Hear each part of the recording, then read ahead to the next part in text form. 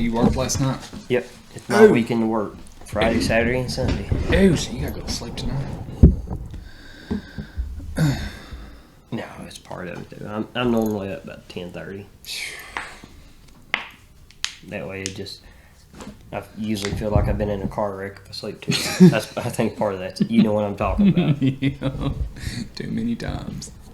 All right. I guess we'll get it going. Welcome back to Creators Dementia, and as you can see, if you are watching and if you are listening, you're about to find out, Alan has come back to join Creators Dementia, and it is highly possible he might join us full time. Dum, dum, dum. So it won't only be me rambling and shooting the shit anymore. I'd actually have someone to talk to, which would be a hell of a lot more entertaining than just listening to me alone. Alan, go ahead, tell them that you're coming full time. I do the Jeopardy thing, but I don't have even enough rhythm to do that. So it's still possible. Yeah. He had so much fun the last time, and I know all of you actually enjoyed it. And I mean, it seems like everybody enjoys it more when I actually have someone else to talk to. So, and where Alan is actually local, he can actually come and do this instead of all the people I have interviewed are in a whole nother time zone most of the time. So hopefully we can convince him to stay, and then it'll be a whole nother logo change, which I'm okay with. I can do that. It's fun to create logos. But today, we are going to discuss the topic of heroes and villains in movies, stories, just the whole general concept. So I'm going to go ahead and let Alan start us off and see what he actually defines as a hero and a villain. This is one of them subjects that's like a rabbit hole. You start going on it, and there's so many different things you look up. I mean, you'll start following one all the way down. My definition of a hero, I guess you could say, is that they have the empathy to do what's right by sacrificing what they want. And versus a villain, even though they may believe what they're doing is right, it doesn't matter how they get there. I mean, they're just wanting to push on through. Yeah, I think that's the most dangerous type of villain, is one who thinks they're doing something right, even though it's completely wrong. Yeah, like I think you call that a neutral villain. Yeah, it's those are my favorite types of villains. That's the kind of the one that I stuck in a lot of stories, is the villain who will do anything at any cost to follow their true belief in what is right, even though it is completely going to destroy everything around them. Yeah, I mean, one thing I like about the villain part of that, like you were saying, is that you get so many of even in the stories, the movies, you get so many of the hero part of it. It'll come down to a major decision, and nobody's going to make that decision, so they force the hero to make that major decision just to push the story along. Mm-hmm. Versus the villain, they're like, they can make a sacrifice. Yep. We can lose a person or two, but that way it just grows in that person, as bad as it may sound. Yeah, kind of like in the Man of Steel when Superman had General Zod in the headlock and he broke his neck. And he screamed and cried, and there was a big theory saying the only reason he cried and screamed was because Zod's laser vision actually killed the people that was at the other end of the room, because it never showed if they survived. Mm-mm. But I do believe it's because he had to kill another Kryptonian, and Superman doesn't kill. Exactly. And one thing I like about the DC universe with the heroes versus the villains is that, with Marvel, they pull back a whole lot. They try to make it as realistic as it possibly could be made with a comic book. But DC, when Superman is fighting General Zod, they're just leveling a city. Yeah. I mean, then it comes down to that one moment where these three people are going to die, and it's a question of, do I kill him or kill them? And there is no telling. 5,000 people just died in that battle, Yeah. I mean, that Metropolis basically almost got leveled down. Yeah. And like I know in Avengers and stuff, of course, the big aliens coming through, but that's different because they were set on destroying New York. But with Man of Steel, it was Superman and General Zod fighting and destroying the city while they were fighting. So yeah, completely different. Is a what do you call it? Reaction to what they was doing. It's not a direct effect. Yeah, that's what I was looking for. The effect of it. But if you had to choose, who would be your favorite hero and villain? If you had to pick, it would start with the hero first. Of course, Superman. I mean, that's a given. Yeah. That's a given. In DC universe, it'd be a tie with Superman and Green Arrow.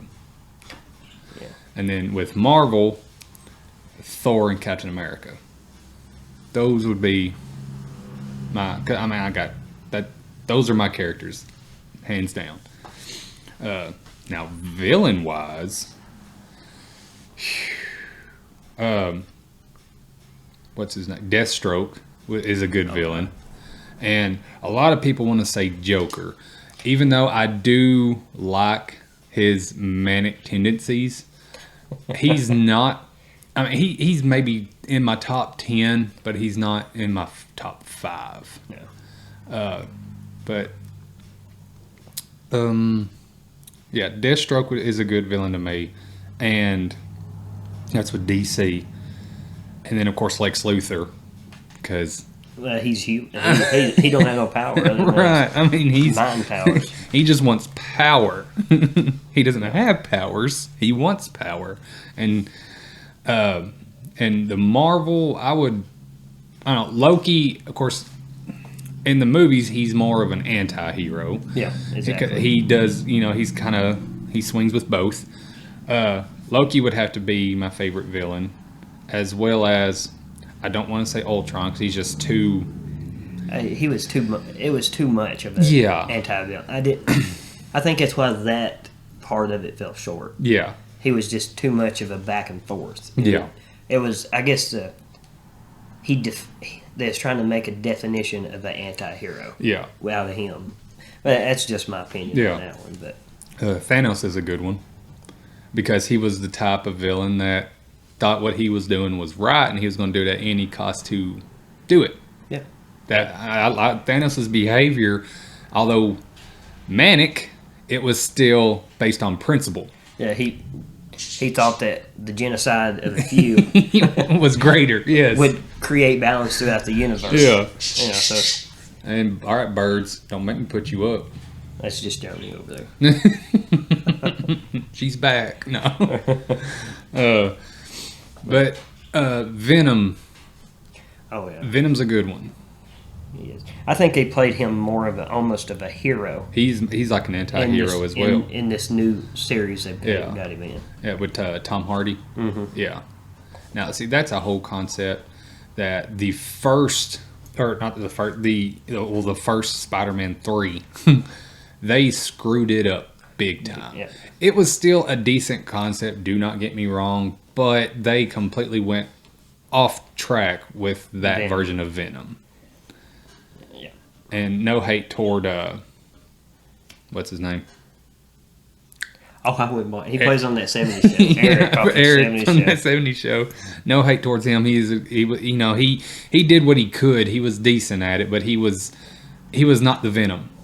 He wasn't a Tom Hardy. No, he was not Tom Hardy. He didn't carry that arrogance and cockiness that Venom fed on. Right. Yeah. He was just a bitch. Yeah, he was. He was just a little bitch. I mean, because it even says it in the. I can't remember. Of course, in the 90s, I used to watch the Spider-Man. Yeah. It was. I consider it the best Spider-Man. Peter Parker was freaking built. And he had the He-Man hair. Oh, yeah. The big comb over. Yeah. But, of course, they had all the greats in there. They had Venom. They had Clay. Yep. Hobgoblin. Goblin. Doc Ock. Yeah, they had all of them. Yeah. And it was actually portrayed like the comic books. I thought. What really got me with the Amazing Spider-Man movies was who played Rhino at the very end of Amazing Spider-Man 2. Who was it? Paul Giamatti. Oh, it was, wasn't It it? was. I could see it now. It in was, his face. yes. Like, I did not expect that. And his whole suit was mechanical. Yeah. Which, you know, He's a little guy anyway. yeah. I mean, it was good for it, you know, the age that they brought the movie into. Yeah. But, yeah, Paul Giamatti, no, don't do that. Oh, bless him. Bless him. I liked him in Big Fat Liar. That was a good one. Yeah, when he jumped into pool. I've got some pool dive. I don't want to have to try that with the girls. Gosh, that movie is old. I just set the standard of where we're getting to, don't it? Yes. Me and Corey came over the other day and we was talking. Of course, every time he comes, off topic by the way, every time he comes over, he likes to reminisce about the old days. Oh, yeah. And one thing that we discussed was what they define as classic rock now. And I'd be damned if my favorite band that I grew up with that started in the late 90s, Linkin Park, is now considered classic rock. Especially with the loss of that singer. And yeah, it's classic. I'm like, why? I'm not there yet. It's slowly encroaching upon us. So. Yes. Well, was it that Facebook meme where it says this event happened 30 years ago and people's like, yeah, 1970s. It's like, no, 1990s. 1990. And I'm like, God bless. I know we're coming up on our 25-year class reunion. Oh yeah, we're in 2023. Am I 15? 2007. It happens with that older age, you know. We tend to forget things. Forget why we're here too.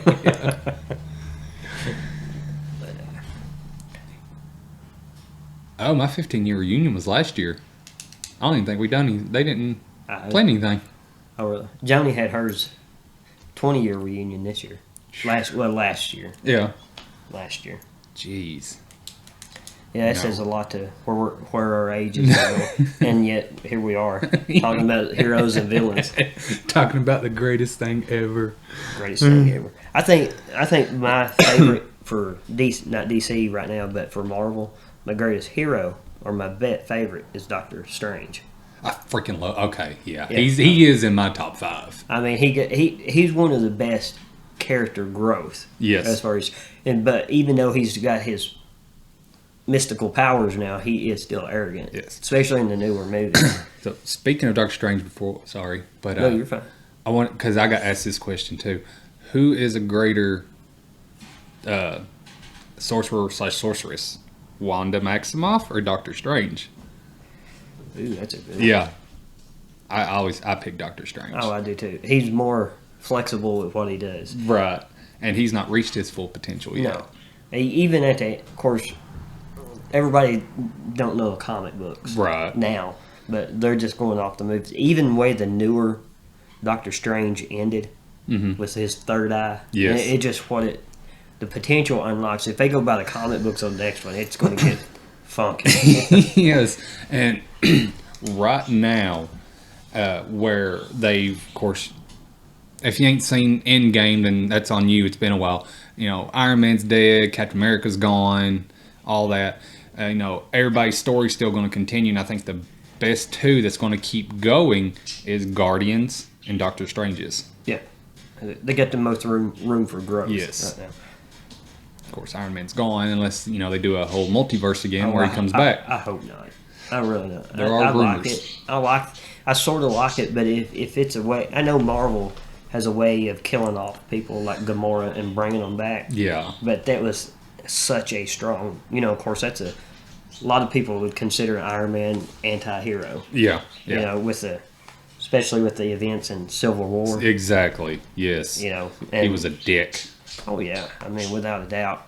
But I think his death at the end of the Endgame was such a profound thing. When they covered it, I think it'd take away from the Marvel if they bring him back as a full-fledged character. Right, yeah. Like, you know, it would be nice if Robert Downey Jr. did come back, but he doesn't need to. Kind of like Chris Evans. I like how they done Captain America's farewell. He got to be happy and grow old with Carter. I'm fine with that. And now Falcon is Captain America. I'm good. Falcon is going to make a badass Captain America. See, I've not seen him as Captain America. You ain't seen Winter Soldier and Falcon? Oh my god. It is phenomenal. I'm behind on catching. I just finished She-Hulk the other day. She-Hulk was freaking amazing. Yeah. Oh my god. I did not expect it. Oh, I didn't either. Like, her and Deadpool's fourth wall break is ridiculous. Initially, she did it before. She-Hulk did it before Deadpool did it. Yeah.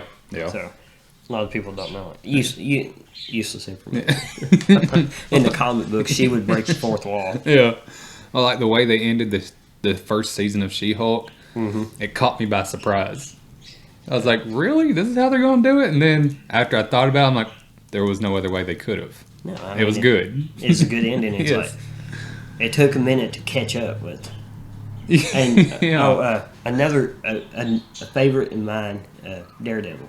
Yes, Daredevil. Him. Now, I don't care what anybody says. Ben Affleck was awesome as Daredevil. Yeah, he was. And they're not going to change my mind about it. Elektra sucked, but Ben Affleck was awesome. Yeah. And he was a great Batman. He was. Daggone it. And he did good with both, like Michael Keaton did. Yeah. He was a good Bruce Wayne and a good Batman. And not just one or the other. Exactly, like Christian Bale. Good Batman, and he was an okay Bruce Wayne. Yeah. And Val Kilmer, no. George Clooney, hell no. Yeah. I agree with that. I know he's in the new Flash movie.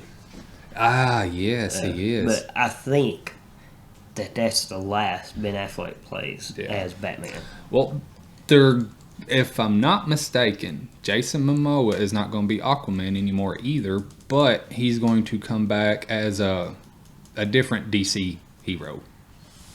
Yeah, I'd heard that James Gunn is rebooting the series, and that really, I'm like, no, I'm done with it. I mean, if there's anything that Marvel has been good at is being consistent with their heroes. Mm-hmm. I mean, with their story, whether they pull off. And I thought with this, the way he did Justice League, right, when he re-released the James Gunn edit of it. The Zack Snyder. Edit, yes. I thought, this is taking a new direction.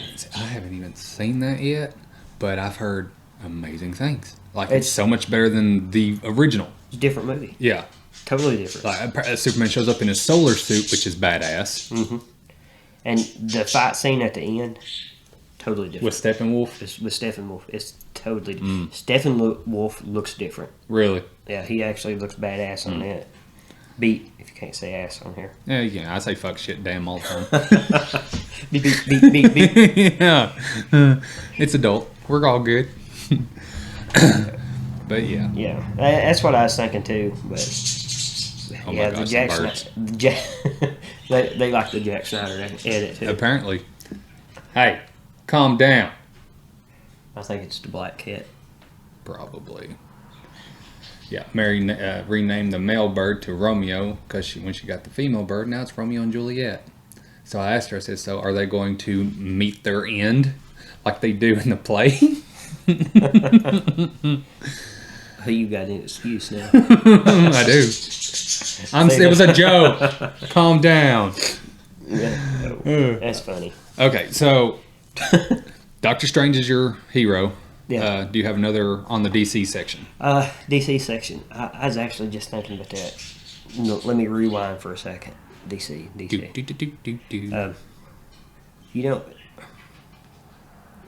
I would honestly say Batman. Batman? Yeah.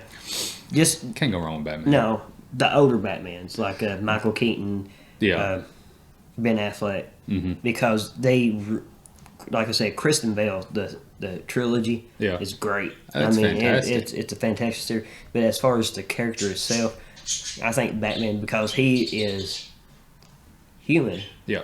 But I guess I can honestly consider Batman as an anti-hero.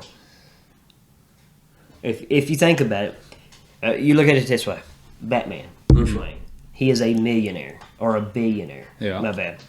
Now he spends his days spending his money. Yeah. On cool ass suits. Yeah. Rides, jet planes, and everything. Yeah. Going out, and granted, there is no telling how many bad guys he catches. Right. But if you want to look at it on a humanitarian type, he's not tackling what the problem is.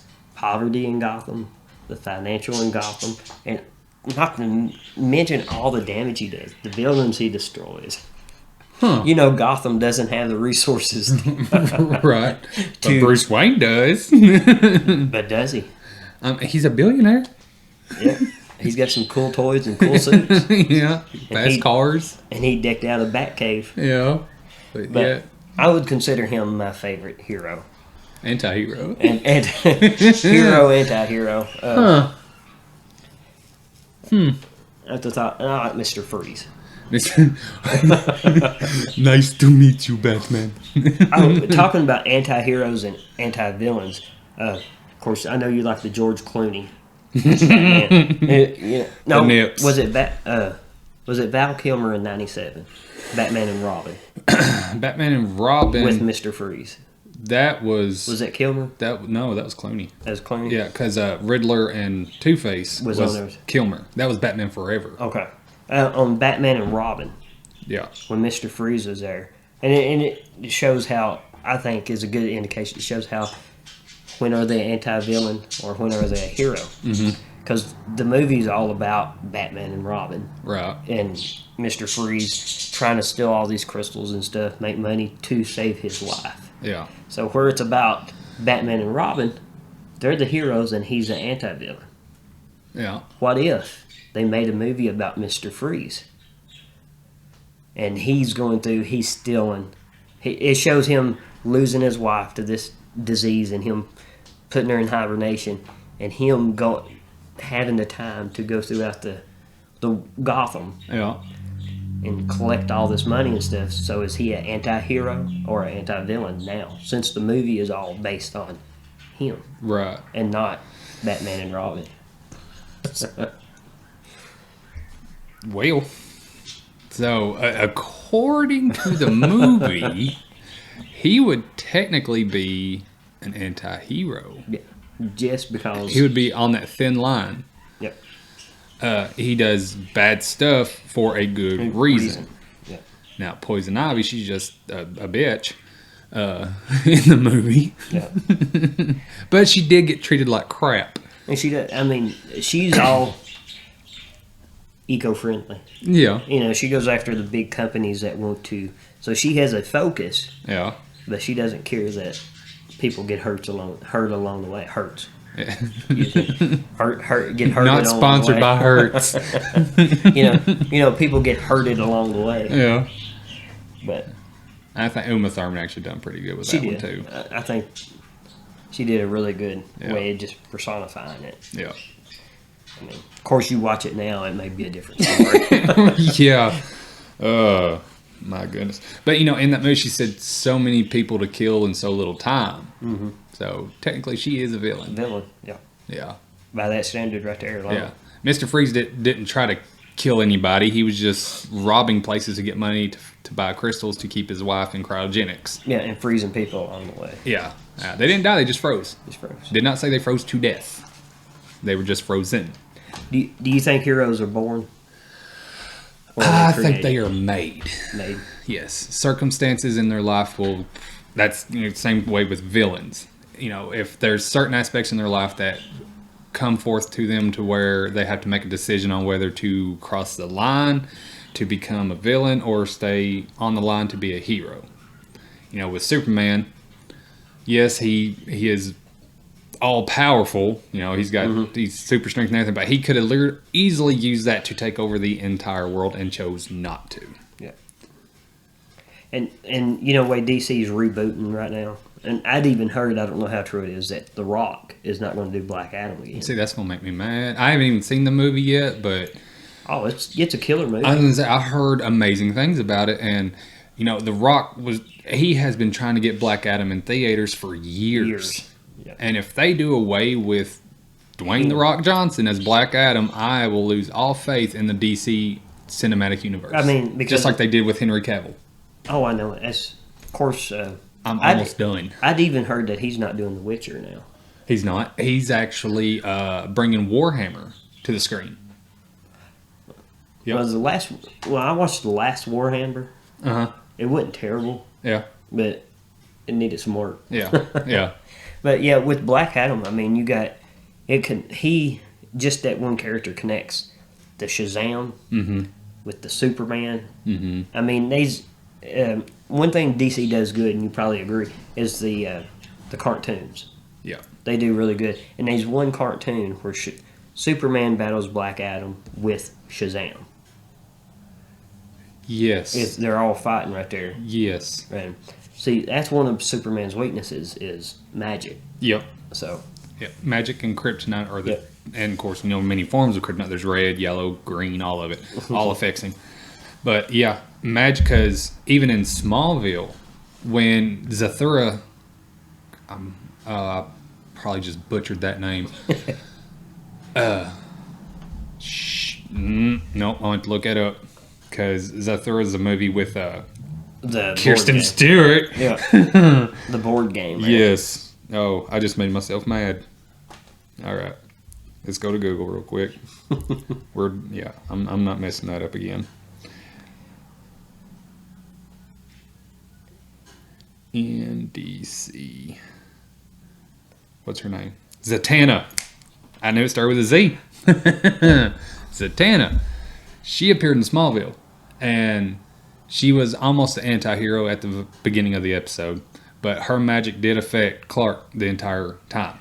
They had they interviewed him when Lois and Clark. No, not Lois and Clark, but Smallville. Yeah, he's bald headed now.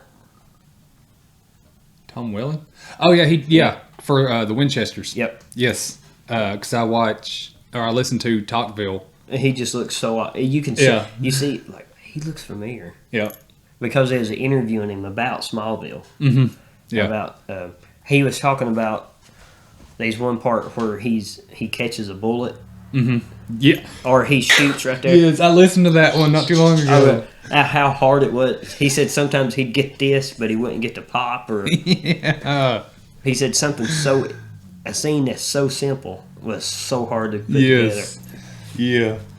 Yeah, he said that was one of the hardest things to mimic was a gunshot because it didn't have no recoil and there was no actual sound. It was all placed in there. So he just... he could have played it off. Said, well, I was Superman, so neither. Yeah. No recoil, no hit. Yep. But Smallville was fantastic. And if you enjoy Smallville, go listen to Talkville on Spotify. It's amazing. Oh, that reminds me. I don't know if you can see it. Merch. He's wearing the Zed shirt. It's Zed Rising. Looks dead. Pretty cool. They fit well. They fit to the frame. Go Vistaprint. So remember, don't forget Zed's and yes. Legion's Dawn. It's coming up. Well, that's out now. It's not coming up. Yeah. And a whole slew of other books that he's got. Yeah, I finally got in Christmas in Quillandia.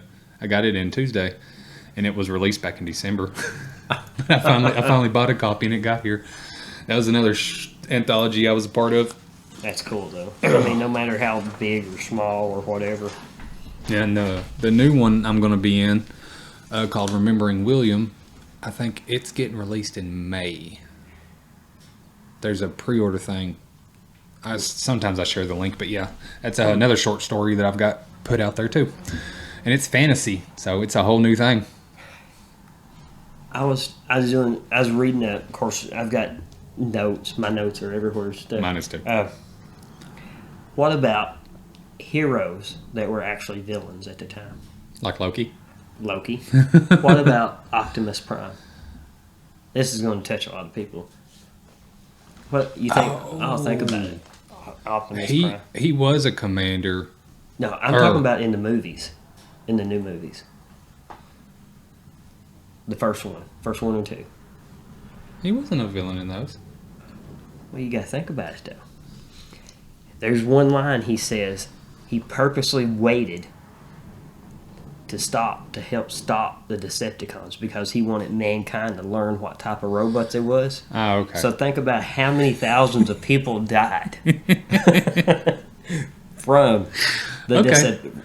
Okay. Then, all throughout the movie, of course, he's kicking ass all through it. Yeah. But you get these Decepticons that's begging for their lives, and he just rips them apart. Yeah. So, Geneva conflict right there, you know. Okay, all right, I'm with you now. I was like, Optimus Prime a villain? Okay, gotcha. It's a stretch, but Gotcha. it's a play on it. That's a fan theory right there. That's one that needs to be posted. Everybody's like, Optimus Prime truly a villain. That's something that's going to pop up on Facebook now. Oh, bless them. Fan theories pop up all the time on mine. Oh, I bet. Yeah. They listen. Hey, what about Ghostbusters? Freaking Heroes or villains? Well,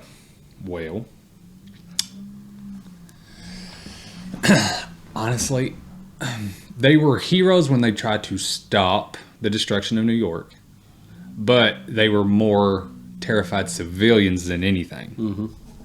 They was facing something they did not understand, so they were quick to judge on how to eliminate without actually doing the research of which ghosts they're going for.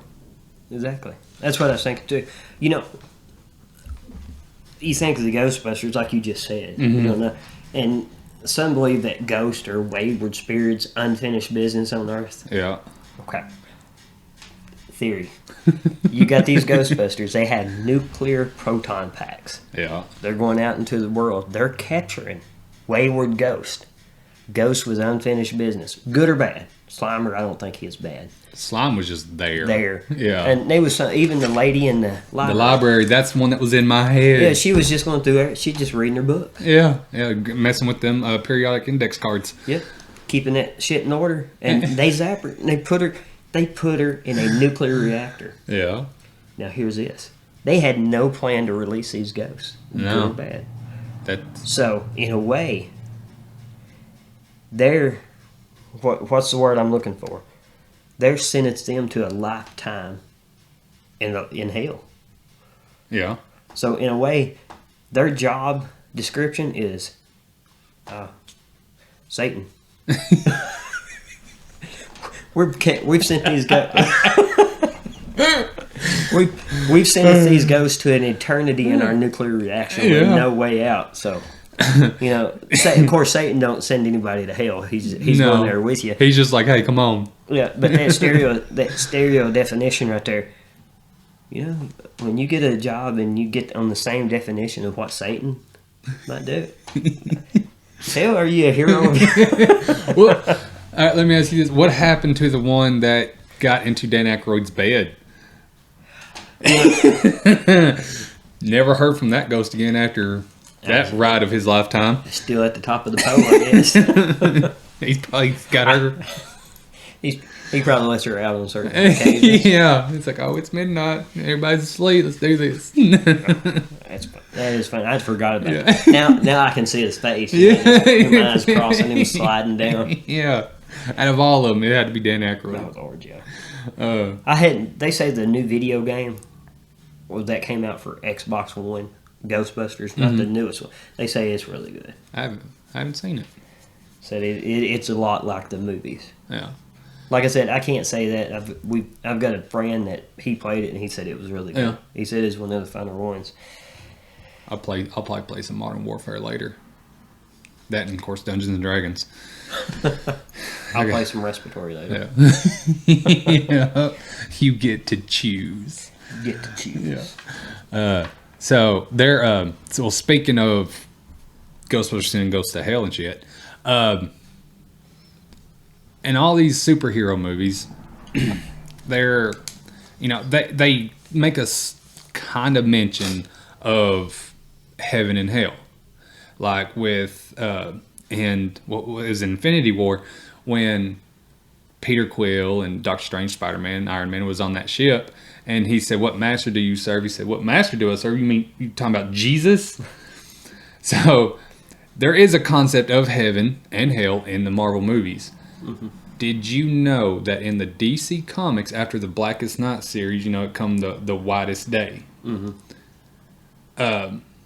Heaven is talked about a lot as well, but the in Green Arrow's chronicling, Green Arrow when he actually gets killed, his body gets resurrected, but his body has to go retrieve his soul in heaven to bring him back to full life. I did not know that. Yes, it is. I do believe I had that graphic novel, but I can't remember exactly what it was called. But DC mentions more of heaven and hell than Marvel does, as far as I could tell. Yeah. I thought that was pretty cool. It is. I did not know that. Of course, Yeah. I've never followed the Green Arrow. I've not Yeah. even seen the series. Well, the series is good up until it started getting political. Yeah. Just like every other freaking show out there. Yeah. It's a whole different subject right there. Mhm. Because it really... Yeah, because we don't get political. This is supposed to be fun. That's... Well, fine. Willy Wonka. Hero or villain? Oh, that dude's just a sociopath. That's a villain. Well, He's just a sociopath. Anti-villain hero. Yeah. Yeah. I mean, he didn't care that the kids got sucked up in the tube or blew up like a blueberry and stuff like that. Okay. So he was just trying to find someone to leave his fortune. And he all did it because his dad was a dentist, wouldn't let him eat chocolate. What better provocation can you have? Right. And the Johnny Depp version was just as funny.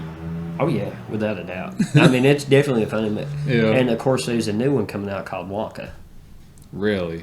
The ones that played on Stranger Things. I can't even think of his name. If I'm correct on that. I had it. Hopper? Is he No. going to be in it? Now, here we go. I'll tell you just a second. So, Wonka. Or is it the kid, the main kid? it's the main kid. Okay, yeah, I don't know his name at all. Oh no, I'm totally wrong. It's Timothy Chalamet. Timothy Chalamet. Yep. Huh. He played on Dune. Have you seen the new Dune? Uh-uh. Yep. Of course I don't. He got them lover eyes. He does. He's a teen heartthrob. Yeah, he is. The girls, my daughter's lately. Off of the Ann with the E. Yeah. But- I'll be dang. Well, maybe he'll do good. Maybe. Yeah, it's going to be hard Yeah. to screw up Wonka, but it's the way things go today. It is very possible. But, So, I went to Google for this one to see what the actual definition of a hero is. And a hero is defined as someone who achieves their goals in the end at the expense of the villain who does not. How does that sound like a hero? Because it's at the expense of someone else. I guess because if you don't have that villain, you don't have a hero. That is right. Yeah, I mean somebody's got to challenge somebody's the got hero. to challenge here. Yes. And I think a lot of times, that's a great definition, but I think a lot of times the villain that's going up against the said hero has just as good qualities about them. They're just just a little skewed about how they get there. Yeah. Usually they're always better than the hero in some way. Oh, yeah. But this is me when it comes to some of these superhero movies. Mm-hmm. I always like to root for like Killmonger in Black Panther. Yeah. He is one of the top villains, and it falls here. But I think because the villains are so much better at certain things than the hero is, whether they may be smarter, they may be just faster, they may be more creative, but the hero always gets to a point, like I said, it's like some of the movies where they make this miraculous decision or they just gain this new superpower all of a sudden that was dormant just so they can beat the bad guy. Yeah. So, but that's, like I said, that's all an opinion right there. Yeah, and Killmonger was basically just like Black Panther without the magic plant. Yeah. Then, of course, he grew up and he seen his dad killed, and he had good motivation behind what he did, and he grew up in a different world than T'Challa did. Yep. So I guess he had the right motivation, but the wrong follow through. Yeah. Yeah. I mean, it just depends who you side with. Yeah. And he was really good in What If. Not seen it. You know, I've not seen the What If. What Ifs are awesome. I know the new Doctor Strange really plays on the What If. It does, yes. So I it do know does. that. Yeah, that. Oh my god! When I saw that, I was like, "Holy shit!" They brought What If to the movie.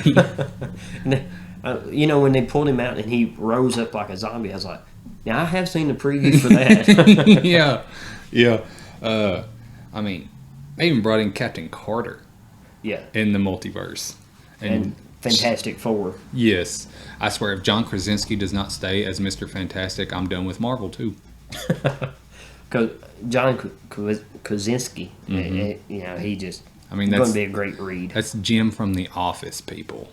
Come on. Yeah. And Who would ever thought? yes, and he did fantastic in 13 Hours. That was Yes, a he did. damn good movie. Totally different. And of course, him in A Quiet Place. Yes. Of course, he wrote and directed it. Yeah. Both of them. Yeah, and I love the fact that he told the network that picked it up to make it into a movie that he wanted a deaf girl to play the daughter, and he made the entire cast and crew learn sign language to communicate with her. Yeah. See, now there is a point in The Last of Us, whichever a lot of people know what it is, where they actually bring in a deaf child as part of the story. He's in it for a couple. They're in it to push the story along, but they do it so well. Yeah. And the host, and of course, after you watch The Last of Us, the last 10, 15 minutes of it is they talk about the episodes. You know how some of the series now they're putting out, they attach 10 minutes of behind the scenes to it. A commentary and all that. Yeah. And it's really good. Still got to watch that.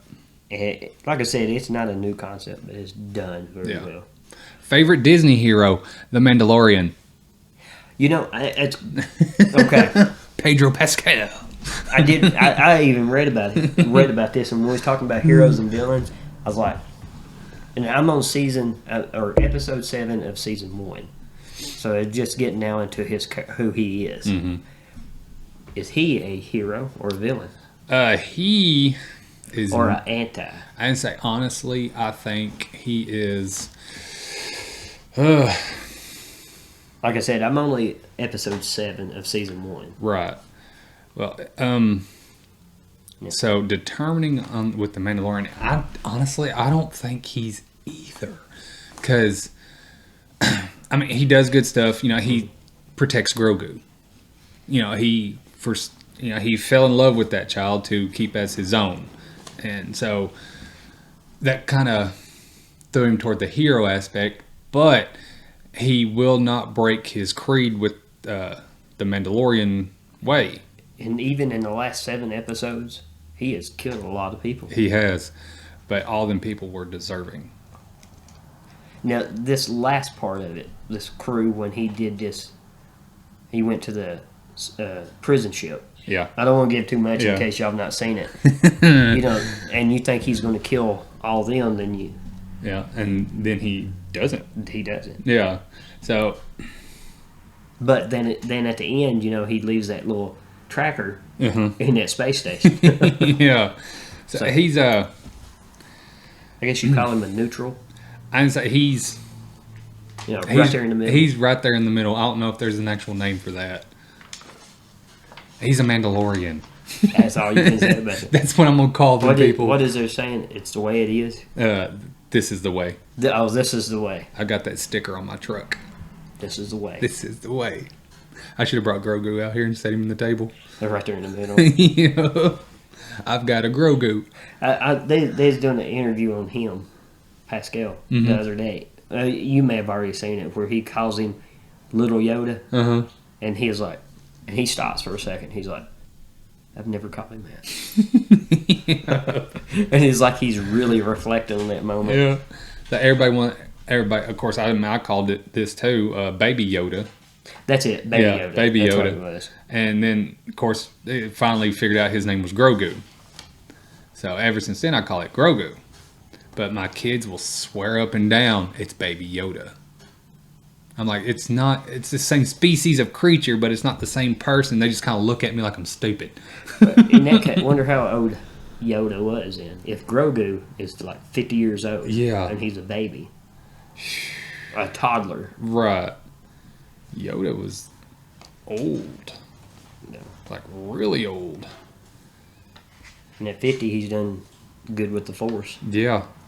Yeah, it doesn't tire him out anymore. Spoiler alert. It might come just by the slip of the tongue. Yeah. It tends to happen. So yeah, we'll just say Din Djarin is a Mandalorian. Yeah. That's the new name for neither hero or villain. He's a Mandalorian. He just walks that thin line. Yes. He'll kill you if you deserve it. But he'll leave you alone if you do not cross him. He'll just look at you and he'll go Yep. tilt that head. So when I was actually making notes about heroes and villains, I was actually thinking, when I think of heroes, it's I think of firemen, police officers, DC, Marvel, healthcare workers such as Alan here. Heroes are truly defined. When they're truly defined, they always have an enemy, and I noticed that villains always have a target. They're also mischievous. They're cunning. They have a plan to shut something down, whether it be the hero or something within their universe. Now, it seems as if, though, that most origin stories that deal with villains has a sad concept that makes you think if they wasn't exposed to that kind of trauma, would they have actually been a villain? That's a good point. What's the name? Meet the Robertsons. Mm-hmm. Have you ever seen it? Yes, Cartoon? long time ago, yeah. So. Yeah. You got... Of course, not many people know Joker's backstory. They still keep it hidden. Yeah. But Two-Face, he was a good lawyer. He fought for people, and then he got a vat of acid thrown on his face. In the comic books, in the movies, he was burnt with oil and fire. Yeah. But after that, he became a villain to seek revenge. For anybody that does wrong to him. Yes. And then you got General Zod. He was a good soldier, good commander. He led the army out of Kandor to help all of Krypton. But he found out that the leaders of Krypton were using up all the fossil fuels, and he was telling them they needed to stop or the planet was going to explode or just die out, and they didn't listen. So he became a villain because he just did not agree with their ways anymore, and he was going to try and shut them all down. So, is there a villain out there that does not have a sad backstory that caused him to be a villain? I don't know. That is a good one. Other than just you try to look at the Disney ones or the ones like the Incredibles at their villains, and they still they all have a sad backstory. Something that twists on, syndrome. Yes. You're trying to think, well, he's just a privileged kid, but he's a creation of Mr. Incredible. Just because Mr. Incredible broke his heart. Yeah. It's hard to say. Yeah. I mean, some of the weaker anti-villains, they all have a sad backstory. Deadshot, he's an anti-hero, but his backstory is he could not get custody of his child. Yeah. He was a great marksman and whatever, he was a gun for hire, but his relationship with his wife failed and she took their kid. And that's what made him become a more serious type of anti-hero. Yeah. And even that thought just disappeared. I don't know where it went to. I think you called it. Good job. It just went in stars in the sky now. Well, Megamind. Have you seen it? Yes. It's got Megamind, then it's got Brad Pitt as the superhero in it. Yeah. And that's one of them. Did he have a... He had a sad backstory. Yeah, he did. He got made fun of for his big ass head. Yeah, Megamind. Just like the Grinch. He got made fun of for the way he looked. Right. And yeah. Yeah, I can't think of not a single one. I'm even digging down to the Little Mermaid with Ursula. Yeah, Ursula, and she was kicked out of the kingdom by King Triton. Yep. Because she's a witch. Yep. If y'all know of any, let me know. Just send it this way. Let us know. Just go to Gmail and type in creatorsdementia@gmail.com and send us an email. I would like to know. Or just comment. I'll read those too. I was trying to think. See, I've not seen the new Ant-Man where he goes to the quantum realm. Well, what's his name? Kane? Yeah, because Kane Dynasty. He... I'm trying to remember... Because he's a variant. Mm-hmm. I think it's something to deal with. Honestly, I can't remember. Well, I was able to even say Thanos, but his people was dying out. Mm-hmm. So that counts as a sad backstory. Like I said, I don't think there is one. Yeah. And it just hits that mold. Yeah. Even, we was talking about Black Adam. Yeah. If you've not seen the movie, you need to see the movie. It's really good. He's got a sad backstory. Yeah, with his family and his people. Yeah. And I don't want to give too much away on it. Yeah. And then he felt betrayed by the one that gave him powers. Yeah. No, that's in the comic book. Yeah. Yeah. It runs a little bit different in the movie. Does it? Yeah. I can't say... You've seen Shazam, right? Oh, yeah. You know how they've got the one wizard that gives the power to the kid because he earns it? Yep. Now, in the movie, it talks about how there was more Yeah. wizards and what happens to them. Yeah, and Black Adam actually had a seat in that room. Mm-hmm. So it's pretty interesting. I still can't think of anything. I mean, even the heroes have something like that. Yeah. Superman's planet was destroyed, and then, of course, Jonathan Kent died of a heart attack. Now, and the movies died of a tornado. Now, okay. That's another course.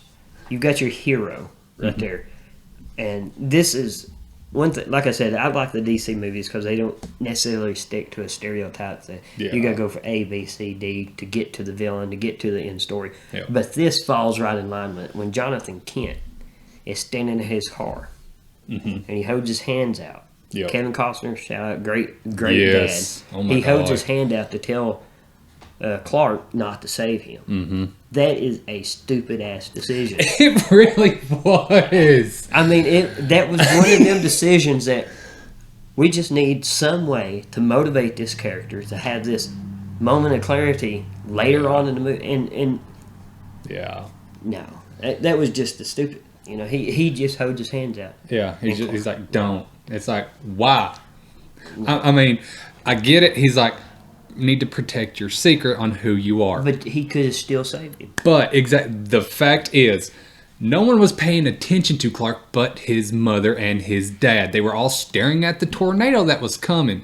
Yes, they may have seen Jonathan Kent there, because he helped a lot of people. And did he twist his ankle? He twisted or something. When something bounced off the car and he got it hung in it, then he got it out. He saved the dog, though. I mean, that's important. And, he limped and he leaned up against the car and he was like, no, Clark, don't.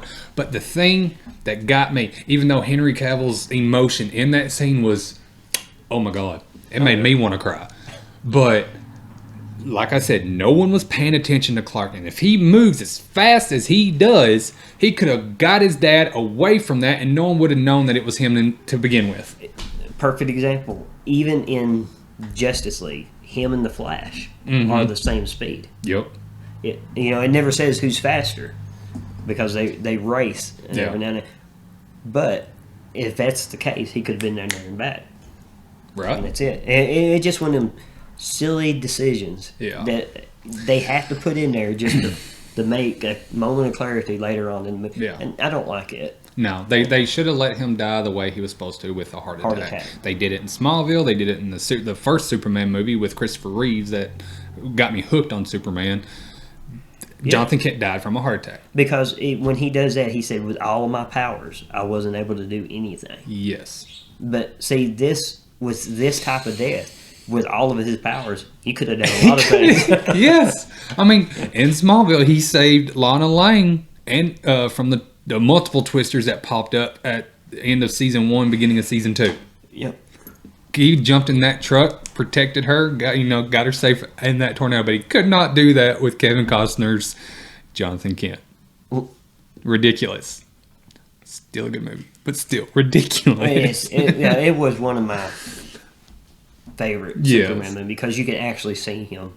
Yeah. You want to see him power up. The one that was before, Brandon Ralph. Right. Yeah. Now, I like that. It was good. But you don't see the power of Superman in him. No. And the way they started that movie, it was, once again, a nice concept, but did not make sense because they said that he left to go find remnants of Krypton because there was proof that, the planet might still be there. Where did that come from? It never says. I think in one of the cartoons that I watched in the 90s, they had made that Superman leaves Earth for like 7 years. Yeah. And of course, there's a whole underlying story with that because it gives Lex Luthor time to take a foothold and all that. But yeah, that's the only thing I could think of is maybe after that part in his Superman growth. Yeah. But it, like you said, it just kind of starts off then. Yeah. Because when he catches the plane, they're like, he's back. Yeah. Yeah. Which was a badass scene. Yeah, it was. and of course, I grew up with big buff Superman from the 90s. Right. And you want to see... He had the triangle body. He skipped a lot of leg days. Yeah, the Dorito shape. That's it, the Dorito shape. And you want to see him when he's hurt or when he's getting... The coolest part in the Superman movie, I thought, is after he comes out of the ship and he's got his blue suit on and he's jumping. Yes. Then he hears it. Like I said, he needed that moment of clarity. Yeah. And he hears his dad talking, so he kneels down. And he puts his fist on the ground, and you see the snow start swirling around him.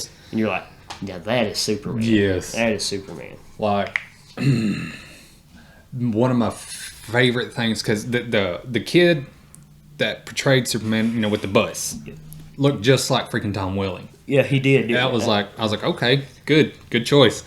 But what his dad said to him, that was one of them truth bombs. Oh, yeah. It hits you because it's like, well, he's right. He's like, maybe you shouldn't have saved him. I don't know, but you got to protect yourself. He's like, maybe you should have let him drown and stuff like that. And it's like, oh, wow. See, I've never known of a parent to tell their kid to let someone die if they can save them. Well, imagine, I keep it. No, it's imagine fine. if he had did that. Would that put him into the realm of anti-hero? Right. That would drop. Because even in the cartoons, you never see Superman killing anybody. There is one DC cartoon called Superman Unbound. Mm-hmm. Yeah. And it shows him actually demolishing a group of super villains. Yeah. I mean, just ripping them apart. But it has a good ending to it. Yeah. And I really like it. The Superman movie with Chris Reeves. Mm-hmm. Christopher Reeves. What do you think about the movie where he gives up his power? It was kind of weird. It was very unconventional. Because at the beginning when he does it, his mom is telling him there's no reversal to it. Yeah. And it's like one of them decisions. And I think it's one of them movies when you start seeing for the superheroes or the villains, you need that moment. Yeah. That moment of weakness to push the story on. Because what turns out to be permanent, it's not permanent. Right. No, he gets his ass beat at the bar, Him and his big old overcoat. Yeah. It looks, I think what it was trying to go for there, and correct me if I'm wrong, is so he would be more empathetic to mankind. Yeah, and that way he knows what it feels like to be an actual human. Yeah, then it goes and they discover, well, I want to make you human, but I'm going to be Superman again. Mm-hmm. And it's a really good movie. But yeah, Christopher Reeves was freaking excellent. Yeah. And I've had this debate, bringing the flashback into this, I've had this debate with my cousin Steven about who's faster. And, like Alan said, they're basically matched in speed. And then Steven, my cousin, he goes, well, Flash runs back in time, so that means he's faster. I was like, well, let me tell you this one. in the second Superman movie, I'm He pretty turns sure, back time. he flies around the world and makes it rotate backwards to make sure Lois doesn't die in that earthquake. Yep. I was like, so no, that's not a logical reason on why Flash is faster. I would say they're probably the same speed, but Flash is more off because he doesn't have the Superman empathy for mankind or the God. The God complex. The God complex. The goodness of him, that he actually uses it. Yeah. You know, the create the, what do they call it? The Flash paradoxes. Mm-hmm. Yeah. All these timelines he's made. Yeah. That seems to be the thing now. Yeah. Timelines. I like it, but I don't like it so much that, you know, it's a scapegoat for getting that big emotional scene and Yeah. it back. Like, they seem to focus a lot on it, and going back to how the Avengers was, it was like, well, it doesn't make sense because if you went back in the past, it means you changed the future. No. Yeah, I do like that concept right there. Well, they didn't go into the past. They went to a different timeline. Yeah, because when the Hulk, the smart Hulk, talks to the Doctor Strange's boss, Yes. she's talking. Supreme. Sorcerer Supreme. Yes. She's talking about it. Mm-hmm. You know, Yeah. she's talking about how the Infinity Stones. She says when you pull these, you're going to destroy our timeline. Yeah. It's like, you know, here, this Infinity Stone exists here, and here, this one exists here. Even though Thanos destroyed them on the planet that he went to after everything was done, they still existed in this timeline, this timeline, this timeline. It's like, huh. But not a lot of people understood that. They're like, well, they should have changed everything. It's like, no, that's not how it works. It is still your future that you're working towards. It just That's why even though Back to the Future is very entertaining, it doesn't make sense. Because your future self is going back in the past, so you cannot change the future by going back to the past, or otherwise your future self wouldn't have been able to go back to the past. Yeah, that had discrepancies in it because he almost got with his mom, Yeah. but he, Yeah. you know, but he didn't know what was coming. Yeah. Literally. Yeah. Try to get him drunk in the car and everything. That's funny. Oh, me. Darth Vader. Now, I will say, there's a new video game coming out. I can't even think about it now. But did you ever play Fallen Order? I started playing it, yeah. All right. Now, the storyline of that's super good. Yeah. And Darth Vader is at the end of it. Uh-huh. So is Darth Vader a villain or an anti-villain? Or an anti-hero? Darth Vader. Yeah. Because look at the background he comes from. Right. And look what he's trying to do. Yeah, he went to the dark side to save his wife. Yep. Like Mr. Freeze. Yep. But what made him the ultimate villain was when he killed the younglings. Yep. Yeah, I Out agree of there. spite and just pure evil intent. He just cleaned house with them. Yes, because it was just, they're Jedi and they're little kids. I'm going to chop them in half. There was nothing going to prevent him going to the dark side, even if he left them kids alone. Yep. So that right there made him a villain. Yep. I agree 100%. Now, just because he had a change of heart with his own son at the end of the trilogy does not make up for what he did. No. Not one bit. He just felt bad. Yes. Yes. But no, I got to thinking about that. I played that game the other day, actually. You probably seen me online playing it. Mm-hmm. And it is a really good story. It brings him in. And I liked the one they based it off. The actual actor that they put into that game. He's on Shameless and all of them. yeah, He played the Joker on Gotham. I knew him from it. Yeah. But Aubrey and Avery knew him from Shameless. Yeah. He's like, he looks familiar. Yeah. Let me show you where he's from. Yeah. And he was also on an episode of SVU too. Oh, really? Yep. But he was young. Like he was a kid. So I'm going to ask you this question. Which is actually more valuable, the hero or the villain? I think the villain. Why? Without the villain, there's no hero. Without the hero, there's no villain. Well, that is true.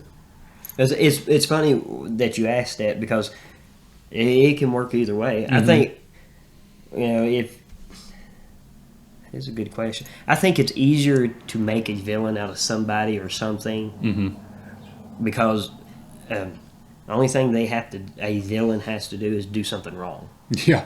I mean, in all true, honesty, if you think about it.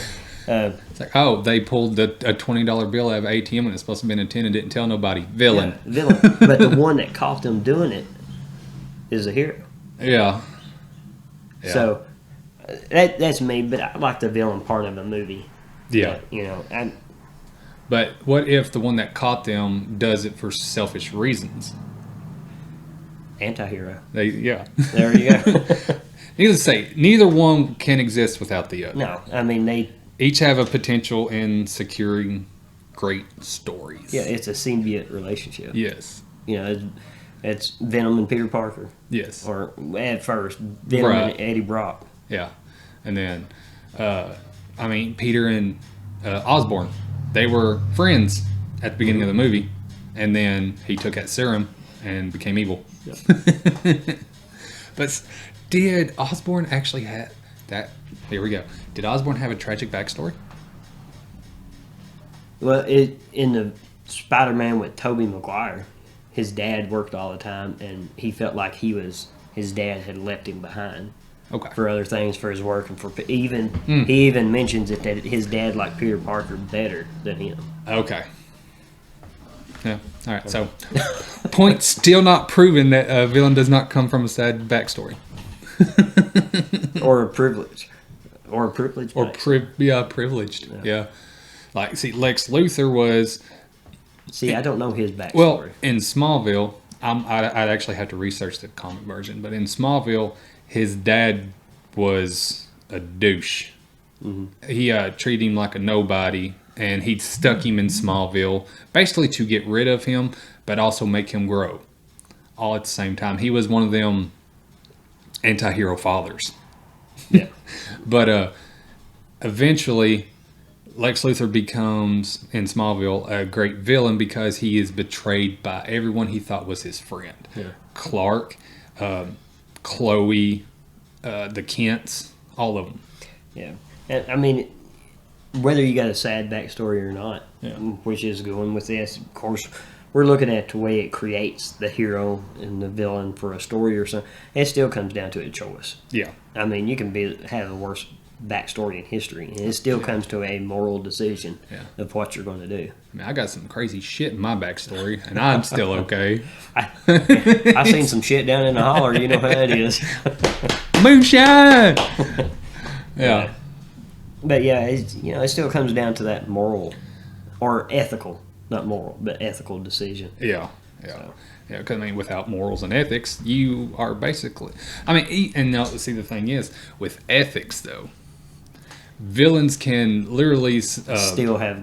They can have ethics, and they will prove why their ethics stand the way that they are. Mr. Freeze and all of them. Yeah, so it's literally actually a question of moral.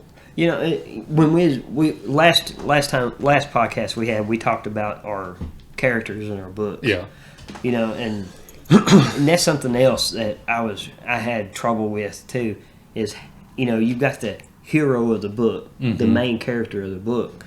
Do I consider him a hero, a villain, anti-hero, anti-villain? And Sebastian is totally an anti-hero. Yeah, it just he totally is. And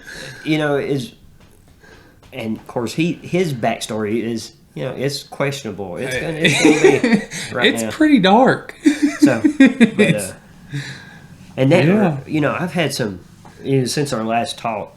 Since this still falls into the realm of heroes and villains, it does. I've got an idea or two. We're gonna have to bounce off later about the location of this next book I'm working on. Mm-hmm. I think I've got an idea of how to round him out a little bit more, how to make him that anti-hero. Yeah. Without totally sacrificing it. Totally killing his vibe up until Legion's Dawn. You just don't want to drop him in the shit bucket. Yeah, because in Legion's Dawn, Sebastian is still an anti-hero, but something happens to the point where he has a realization in morals. Yeah. So yeah, and his book will explain his anti-heroism. But it's a great conversation about heroes and villains. I mean, just where you can go. It's like a friggin' rabbit hole. Yes. I mean, you could talk for if you have the enthusiasm about whether it's comic books, Yeah, movies, or anything. movies, Yes. anything, cartoons. I mean, like Coyote and the Roadrunner. Yeah, and a lot of people see the Coyote as the villain, but the Roadrunner antagonizes the hell out of him. Yeah. So technically, they are both evil. Oh yeah, I think. Yeah, they just provoking. Yes, it's like a big brother, little brother type situation. Coyote's just hungry, man. Yeah, he's like a honey badger. He doesn't give a shit. He just wants to eat something. He just wants to eat. He's just hungry. He's just hungry. But I mean, go ahead. What would you consider Reaper as? Anti-villain? Walking that line, anti-villain, anti-hero? Because, Tragic backstory. Yeah, he's not a hero and he's not a villain. Right. Because he's coming into a new part of where he's going. Yeah. So, I would say right there in between. He's walking that thin line. Yeah. He's a Mandalorian. Mandalorian, that's the word I was looking for. He's a Mandalorian. He's a Mandalorian. I think, in all honesty, the only true hero in Legion's Dawn is Faith. Yeah. What about Evelyn? Evelyn, That's a tough one. with what she's done. But, she's basically an anti-hero too. Yeah. I mean, she does it for the greater good, which would send her more toward the hero aspect, but what she's done to reach that greater good It's still is anti-hero. Because she done some shit. Especially with Alan. One of the other characters in the book. Yeah. He found that out. Now, for all of you don't know, to catch up on what we're talking about, you need to revert back. Read Legion's Dawn. Read Broken Dagger. Lucifer's Contract. Yes. Broken Dagger, book 1. Just read these, get caught up, and you'll learn what an anti-hero is. Yes. Yeah. I guess the real villain in your book would be Satan Yeah, Lucifer's. and Abaddon. Well, see, Abaddon is more of an anti-hero as Is she? well. Because she's doing what she's doing for her love of hell. Yeah. Well, I guess that may be an anti-villain, wouldn't it? Because she is a demon. Yeah, I mean, she doesn't do any good. She doesn't do any good, but what she's doing, she feels is good for her reason. Right. So Yeah, she's not a... Satan, he's Yeah. villain. Yeah, They I mean, throw it Lucifer's in. definitely just a Lucifer. dick.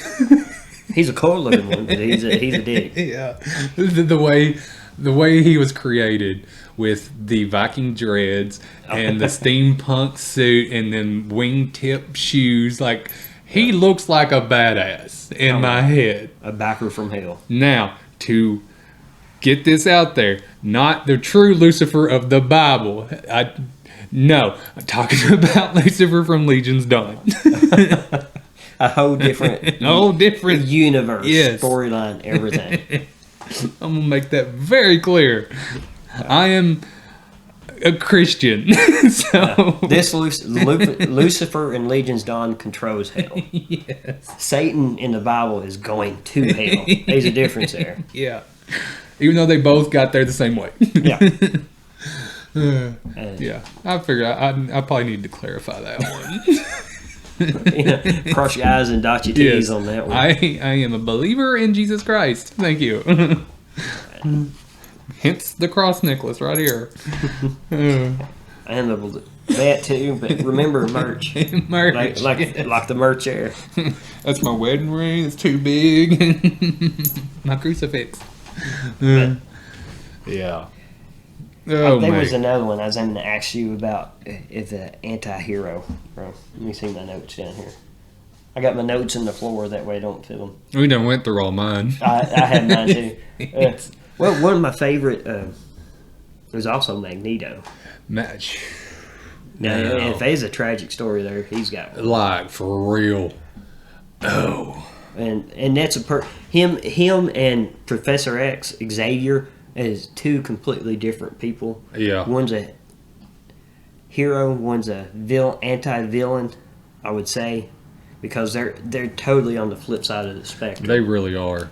I love their friendship in the movies. Oh, I do too. I mean, they're always. You can tell they're friends. They just got two different. They want the same goal, but getting there is two different ways. Yeah. Like they want to make each other better, but in their own selfish way. Yeah. And Magneto's selfish way is a little bit absurd. It is. I mean, he starts off wanting to help mutants. Yes. 100%. So does Xavier. Yeah. But Magneto sees mankind as being in a way as a, what is it?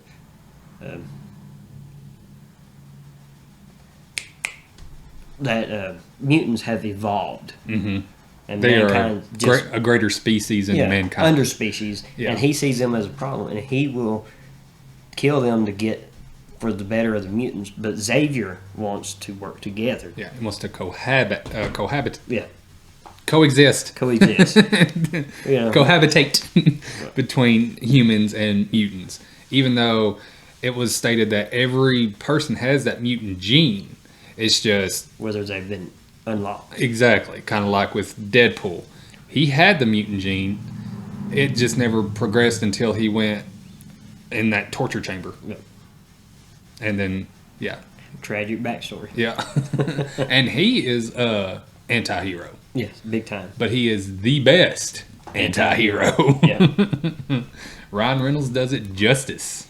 Okay, I'm anxious to see if they actually follow through with Deadpool and Wolverine. Oh my god. Like, them are two badass anti-heroes right there. Yes. So, like, I'm honestly... they're really marketed in time. They are. Doesn't, in the comic books, does Magneto rip Wolverine's adamantium skeleton out of his body? In one version of the comic books, he does. Yes. But yet he heals. He still heals because he can regenerate. He just doesn't have that skeleton. He has his bone claws. Wouldn't that take the claw? Well, I guess even though he's flesh, he'd grow new bone and everything. Mm-hmm. So. Yeah. See, at the end of one of the movies, when he comes back through, I can't remember, when he goes to Japan. I love that one. And they cut his adamantium out of his hands. Yeah. And at the end, he's just got bone claws. He's got the bone claw again. Yeah. So that's pretty neat. Yeah. That's a good storyline, and it actually shows his yellow suit at the end. Yep. It's that was a extra. Yes. Yeah. Yeah. And it wasn't the bright yellow like from the comics. It was that dark tone. Dark tone. It'd be awesome if he wore it in the Deadpool movie. He may do it. Because I know, in Logan, of course, Wolverine's dead from the universe with Logan. But Logan is supposed to have taken place long after everything else that's going on right now. I watched a movie, The New Mutants. Have you seen it? Yeah. It confused me. I think, if I'm right, and I may be wrong, correct me if I'm wrong, it seemed like it's in the same universe as Logan. I think it might be. Because they're at the, like around the same time as they all escape. Uh-huh. It seemed like they're in the same hospital that his daughter, that girl, was in. Yeah, yeah. Then they made relevance about escaping and going to a certain place. Yeah, yeah. And it made me wonder, is that in the same universe timeline as Logan? Because it's really, with Logan, it was their powers was crude, but they was brutal powers. Right. And that's the way it is in this one right here, New Mutants. I really like it. Got low ratings, but I liked it. I mean, it was really good. And it's like a Captain Marvel, the Miss Marvel. Apparently, she's a mutant. So I've not seen it. Yeah. So sorry. No. But my bad. No, I hadn't had nothing like it to surprise. But Yeah. You know what I mean? I wasn't a fan of the show. Was it not? No, it had its good moments, but it was just, yeah, kind of like the Captain Marvel movie. It had its moments. See, I like the Captain Marvel movie. Now, the only thing I didn't like about it which is a whole new book of worms. Yeah. So don't take me wrong when I say this. As the way she portrayed Captain Marvel Yeah. is always standing with clenched fist. You know, always standing there like I'm gonna whoop ass. I'm going to whoop ass because I'm a woman and I've got this power and I can do it. You know what it reminded me of? Have you ever seen Dances with Wolves? Long time ago. You know his girlfriend that's white, that's in the Indian tribe? Uh-huh. Her name is Stands with Fist. And I seen that, I was like, that reminds me of Dances with Wolves. Yeah. Stands with Fist. It's like they want to portray the powerful woman, which I have no problem with. Yeah. But they pushed it to where it wasn't needed. Yeah. And it's a really good, the storyline is great in it. Like, I love Captain Marvel in comic books. Yeah. Maybe it's just Brie Larson that got on my nerves. Well, she's definitely overpowered, though. Yeah. That's the only thing. Yeah. Makes you wonder, though, if she absorbs power and she's a hero like that, what would happen if she went to the sun?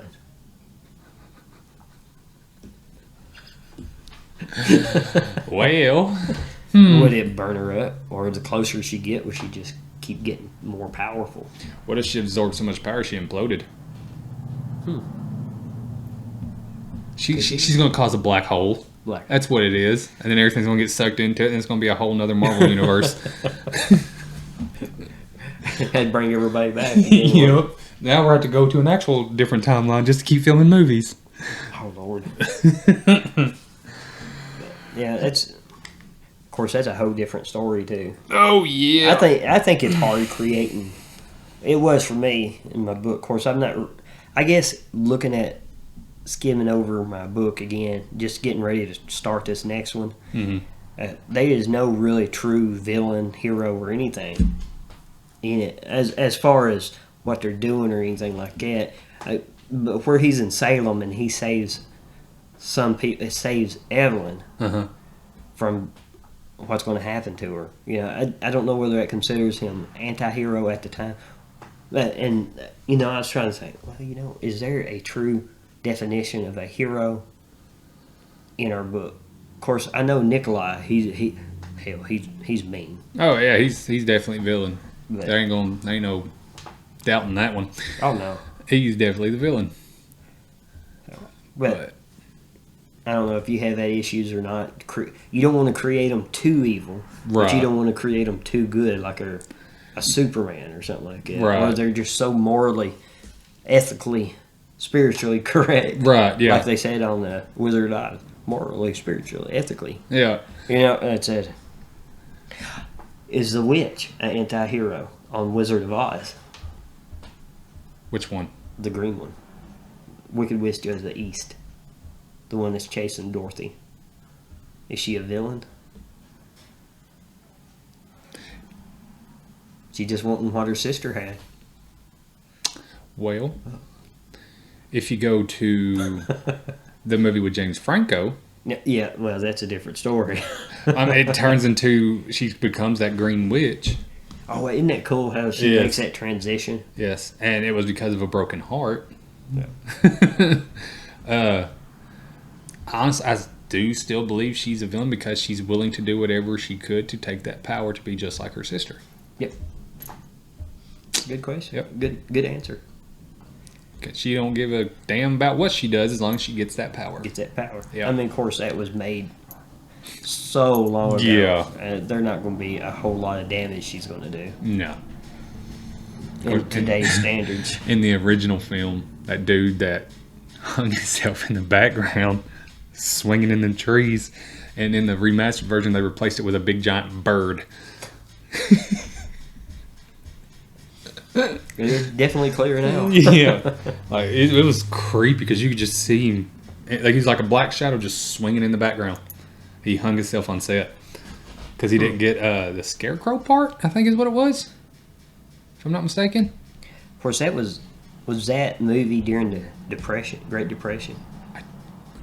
It was about that time. It was like the Dust Bowl and all that. Bowl. Yeah. So I guess that would be a big loss. Yeah. Of course, that whole cast went through hell. Yeah. Even the witch, she got burnt. Going down that trap door. Yeah. She got roasted. She survived, but she got roasted. That's why she's green. It's medicine from that day. Medicine. No. It's Poor- the poor silver lady. nitrate. Yeah, poor lady. That's silver nitrate of the times. I was trying to think. What would be another good one? Again, don't forget, Bradley's got some creator dementia merchandise. I'm not wearing it today. But you got to make that shout out. Just Yeah. he does a lot of work with this. So I'm go out and look, trying. get you a shirt. You got hats. Yeah, there Get is you, hats. Get you a cap. It's getting to be Yeah. springtime, summertime. I'd Yeah. wait till after the windy days. Yeah, you'll lose a hat out Don't there wear right it now. back. Don't wear it backwards. No. The sunbill's meant to keep the sun out. Yeah. But Yeah. support him a little bit. He puts a lot of work into this. Yeah, and I have recently come to the conclusion, because I have tried to make this a business, all my creative stuff that I've got going on, and it's just not happening. I'm still going to do it, but I'm going to focus as this being more of a hobby, so that way I can actually enjoy it more. You asked me what I wanted to get out of my writings Mm-hmm. last couple weeks ago, and that helps me more than anything. You know, I don't expect to get anything other than hopefully somebody just enjoys what I Right. do. I mean, and heaven forbid it just takes off. And see, when you said that, that's honestly when I came to that realization. To give really? you proper credit, I swear, because you was like, I don't want to make, even if I do, that's cool, but I don't care if I make big money off of it. I don't care if I become famous off of it. I just want to provide an escape for somebody. It's just something that I love to do, and I'm like, that's the mindset I freaking need. It's took a while. Yes. I mean, I've been doing this for a while, and like I'm always constantly trying to find sponsorships or, just people to, put money toward Patreon. That way I can get paid. And then I'm like, why though? Because if I don't get anything like that, it's going to disappoint me, and I'll be like, well, what's the point? But if I just keep this as a creative hobby and not worry about the money aspect, because I've already got the equipment. I would like to, upgrade to a studio, but whatever, that could be 15 years down the road. Golly, it's a long time. Yeah. Get my age, 15 years is a lifetime. I would be, No. yeah. But it just makes more sense to keep this as a hobby, and if I do get the ability to turn this into a career of sorts, then that would be great. If not, at least I'm still enjoying the ride. Right. And that's what like I said, of course, I'm up there in age a little bit. No, he's not. He's younger than I am.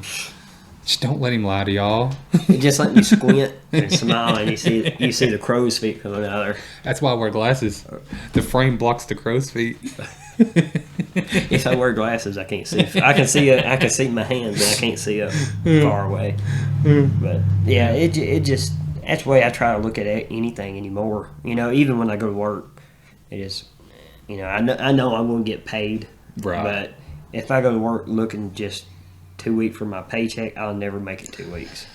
Yeah. So, but I guess it's like determine that anti-hero hero decision. Yeah. What decision do you want to make? Do you want to try to be a hero or a villain? Yeah. What's going to drive you to the point where you're trying to go? Yeah, I mean that's it. And what's going to happen when you get to that point? And I still have no clue. Yeah.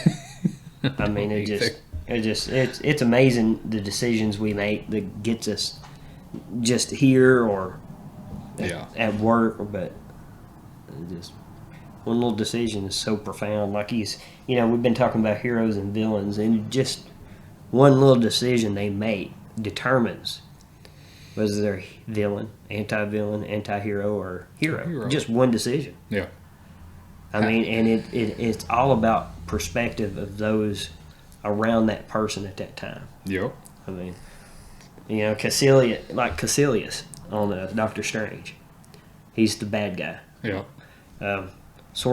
He discovers that Sorcerer Supreme is pulling from the dark universe, Dormammu. Mm-hmm. And that's how she's lived for centuries. And the only thing he wants to do, he says, it is not fair that she does it and she keeps this power to herself.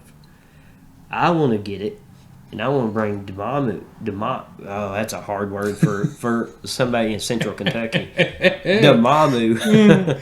Demurmer. I want to bring him into our universe to give everybody Yeah. this power. But and again, he's a bad person. Yeah.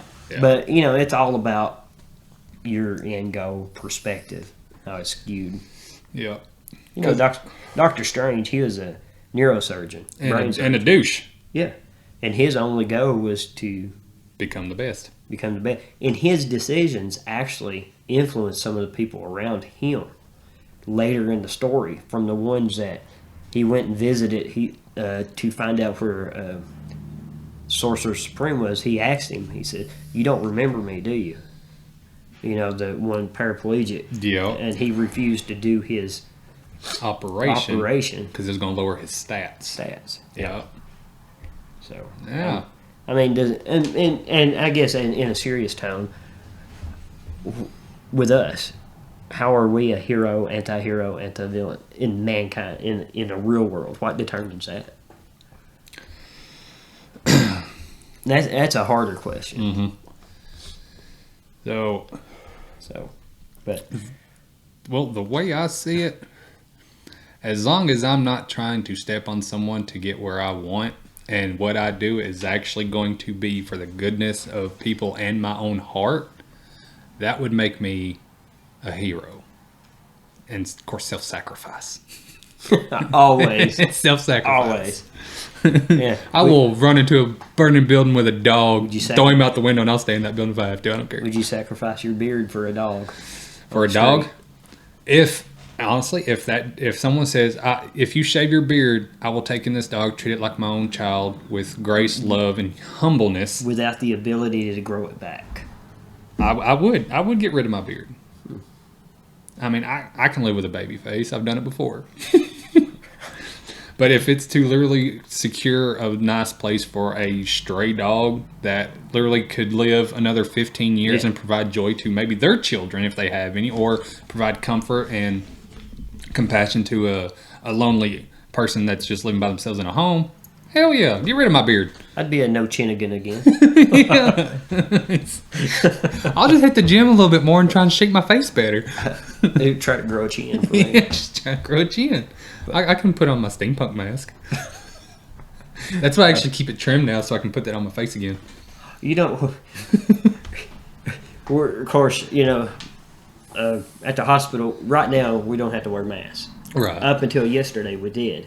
Oh, really? It depends on how the surrounding counties are with COVID and the flu. But what's funny is when I put my mask on, I look like I get little whisker horns that grow out, and it just all right. When I pull it off, I got this line that goes here. I got these two little whisks, kind of like little goats or something like that. Like a little billy goat. Yeah. But, yeah, because when I had my beard down to here, I always put on what are they called? The net. I remember the whole thing. Yeah, I've actually got one in that box over there. Hell, you might as well just get one to cover your whole head. Yeah. Just put it over like a bag.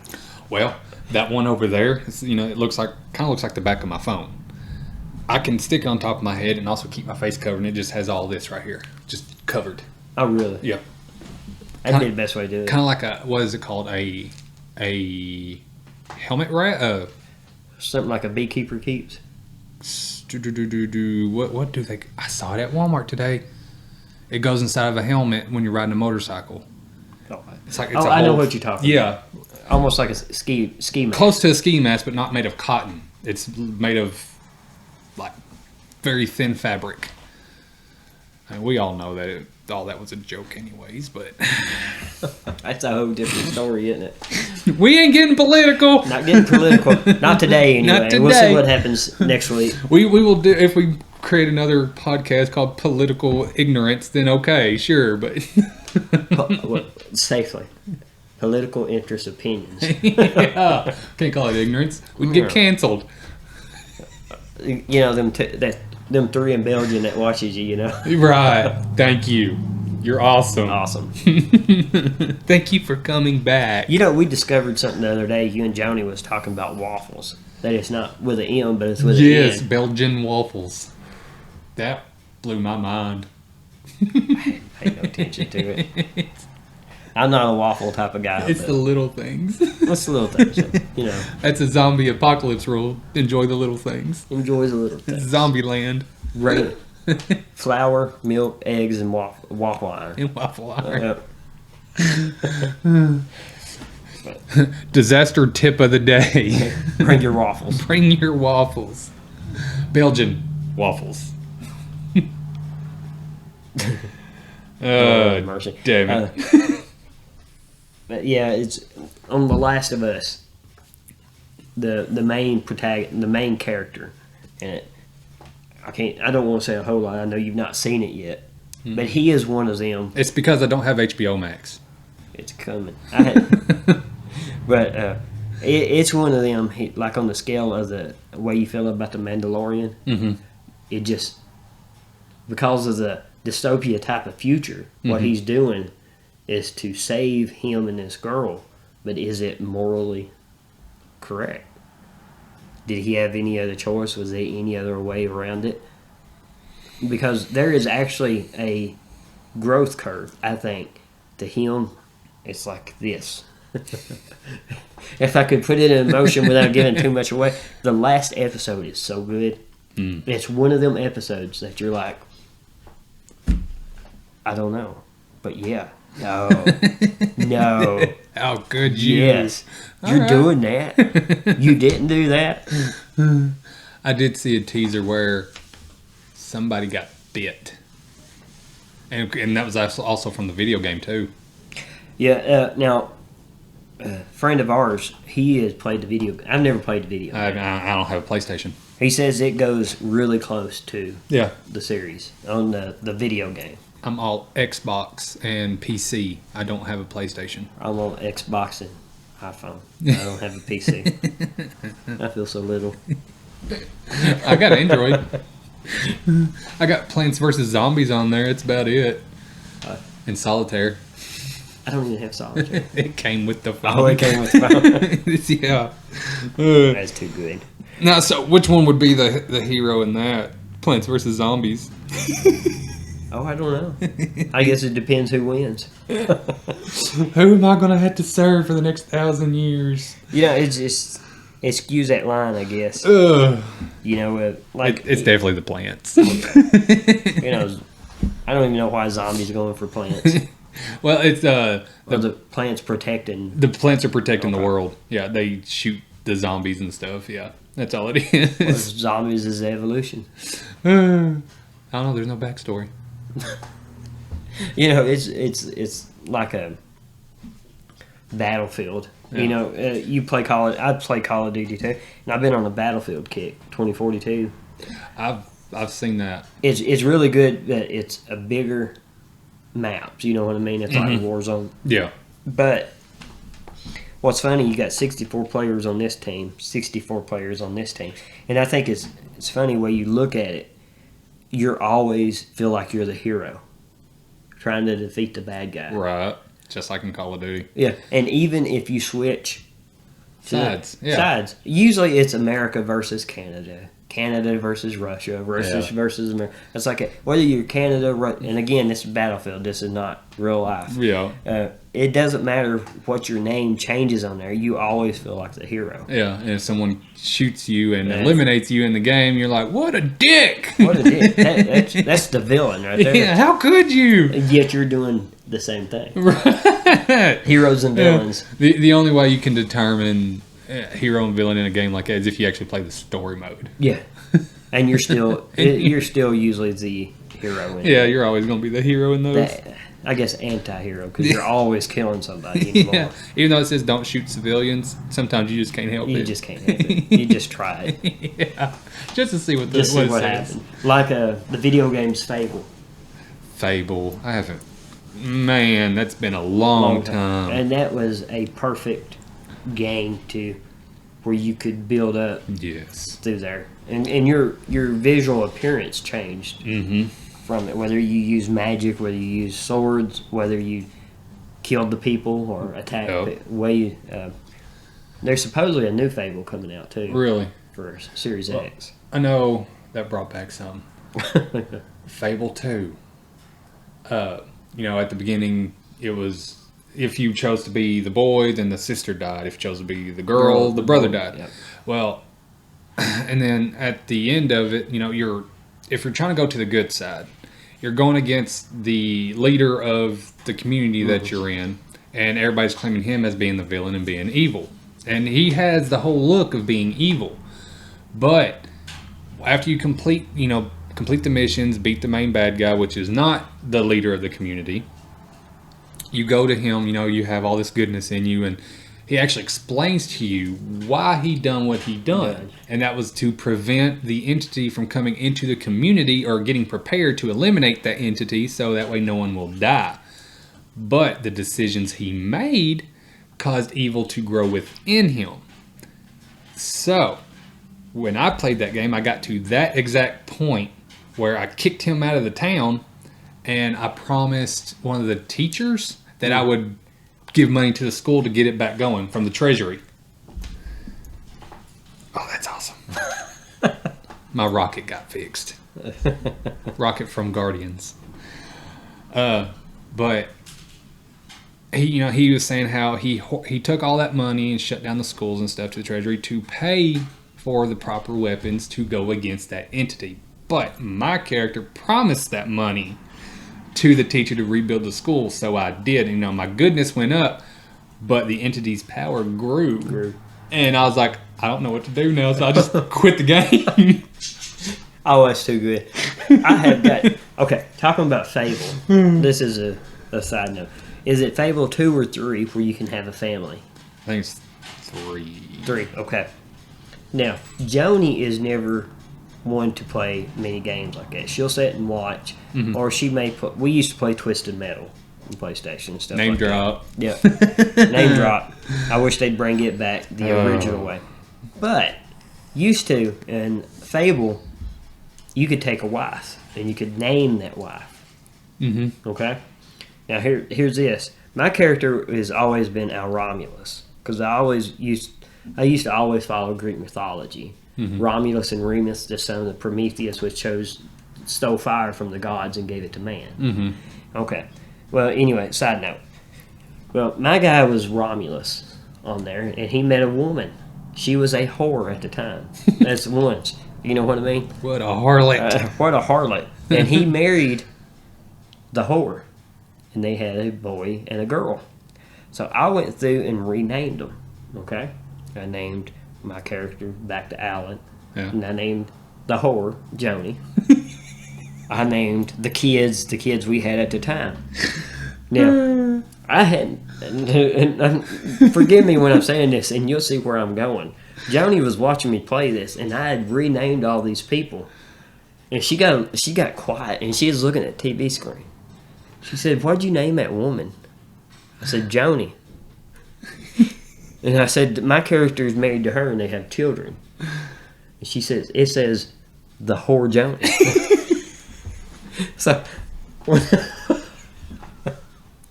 So when I renamed it, I didn't delete the whore. By accident. This was an accident. What it said, when she seen it, she seen the whore Joni. Joni, are you mad at me? She was like, "What do you mean?"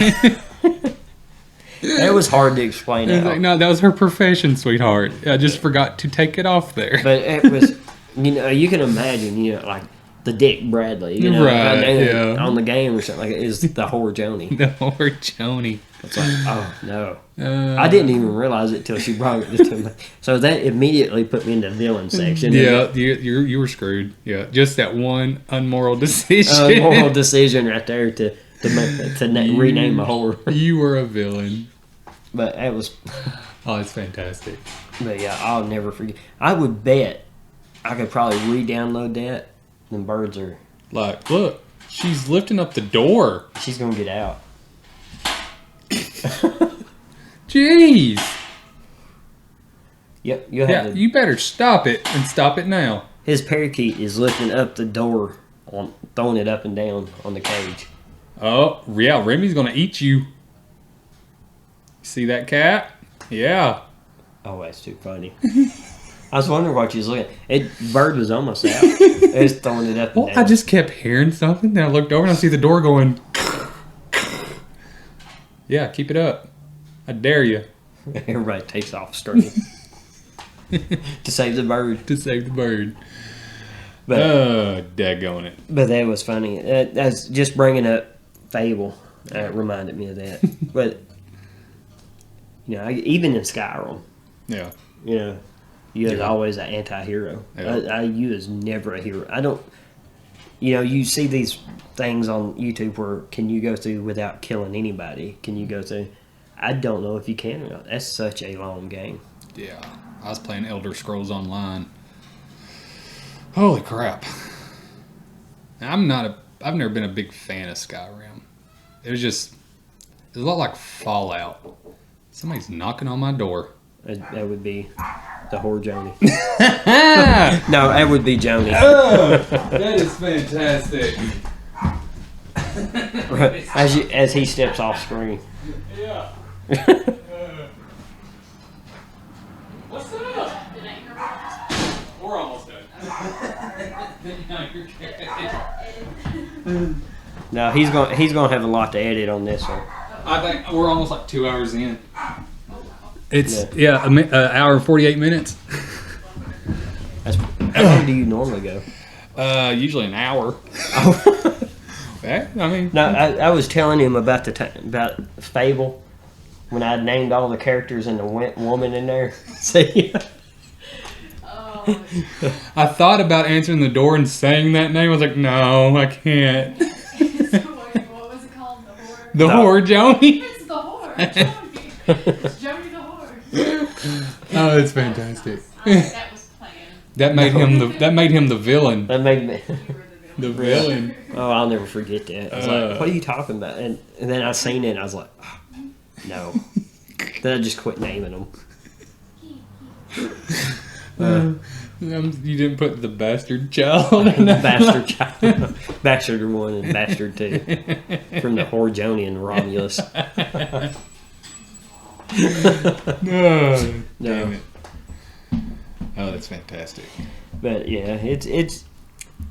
I mean, it's like this topic. I mean, it just so many little rabbit holes you can There go is. down. I Yes. mean, go for hose, rabbit hose, whatever you want to call it. Go for hoes. Yeah, you just Go can't- for whores. Go for. Went from Superman to Fable to Star Wars, so you can tell where it goes The to. Mandalorian. The Mandalorian, That right fine down the middle. line. Yes, this is the way. And this is the way. And the Last of Us right there beside it. Yeah. But, no. Is there anything else? I can't think of anything. I mean, Agreed. we've covered everything Yeah. from Superman, Yeah. from Superman to our book, the villains and Yeah. heroes in our books to We went back. Fable. We went back and forth from DC to Marvel to real life to everything. yeah. I mean, it So. is. Do with this information as you will. Hopefully, you enjoy the Yeah. information. I mean, it's just more opinions and research that we've done just to cover the topic at hand, and hopefully, you enjoy it. Yeah. I did. It was fun. Oh yeah, always. Learned a lot, especially with Ghostbusters. That is a good theory on the Ghostbusters, isn't it? They sent them all to hell. They're evil. Cast them into purgatory. And poor ghosts. And poor Ghost. Never stood a chance. I mean, at least Dan Aykroyd's happy. Yeah. I bet he kept that ghost with him. You know he did. He's a pervert. I had forgot all about that till you mentioned that. It's funny, they left the ones in the firehouse. Yeah. It never shows them chasing them. I do like the female cast one too. Yeah, it was better than I thought it was. Yeah. I've not seen the newest one, Afterlife? Yeah. I ain't either. so I think it'd be pretty good though. And it's got Paul Rudd. yeah, and it's related to the original Ghostbusters. Yeah. So that may be good. What is it? Enoch's family? I don't even know. I just know their relation there somewhere. Yeah. I can't remember either. But I guess that is it for this long episode of Creators Dementia. Literally an hour and 51 minutes. Yep. That's the longest I've gone. Good luck editing this. Oh, it's going to be fun. I'm going to spend the whole week doing it. Hopefully, though, there won't have to be much editing except for adding in intro, logo, going through, adding in logo, outro, and then bam, Let it be it. let it be it. So hopefully it's not going to be too bad. I just had to Clean it up. And well, also I'll have to mute the sound on the camera and then add the sound from the P4 if it worked properly this time, and I don't make a mistake. I got faith in you. Fingers crossed.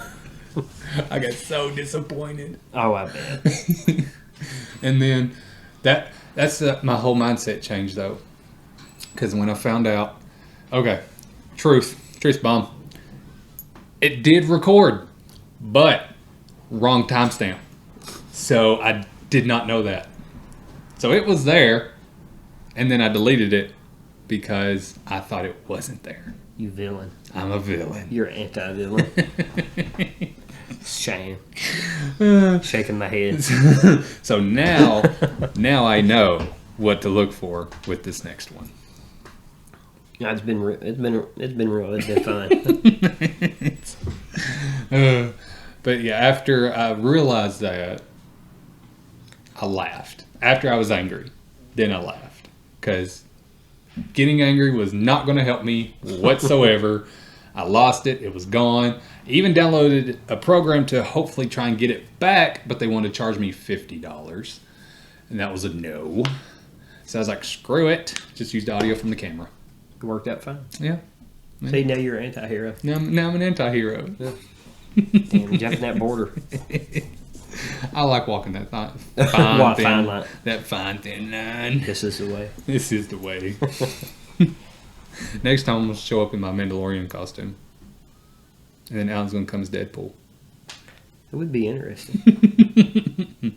Remy, you are not getting on that table. I don't think so. What's the size? A safe place. Put her in that cage. It's a safer place. But no, it's been fun. Yeah, it was good. And like I said, Alan's going to join me full time now. So He never tells the conversations we'll have now. new logo. That means I'm going to have to get a picture and tune it up. That's what I did the last one. Made it into a cartoon looking thing. Okay. Yep. Found that app too. All right, that is it. Appreciate everybody from wherever you are coming in and listening, watching, doing what you do. It has been an honor and a privilege. Sounds like I'm actually making my last episode. Mhm. I apologize. It's not. But it has been an honor. It's been fun. It has It's been been. fun. You get any ideas Yes. that you want to hear us talk about, just send it Bradley's way. Yes, I say that almost every time. If you have any topics you would like discussed, now that I have a partner and it's not going to be one-sided, send an email to creatorsdementia@gmail.com. That's where I look at all my stuff. You can follow me on Instagram, B_RadBoothead, TikTok, and it's not, I did change some stuff. It's not at Zed's Rising anymore. It is Demented Creator. I'm branding that, so that's all my social stuff, almost, except for Twitter. Demented Creator, remember that. Demented Creator. I even changed it on the Xbox too. Yes, he did. Pretty good play on words. But that is it. Thank you guys very much. God bless. Hope you have a great couple weeks till you hear from us again. Always remember that a sad backstory comes to becoming a villain, and black cats like to jump on tables. Remy, you're going to kill my microphone. Get down. Shoot.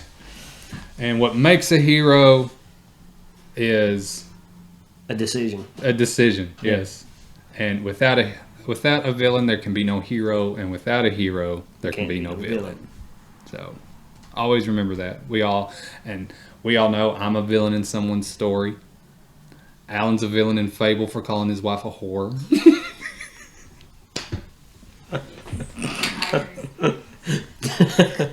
That's when them accidental mistakes or decisions. He is the accidental villain.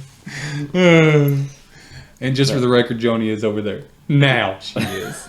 So we can laugh about it now. Oh yeah. Kinda, I don't know. She's got the death stare. But Yep, that is it. So, Demented Creator, out. peace out.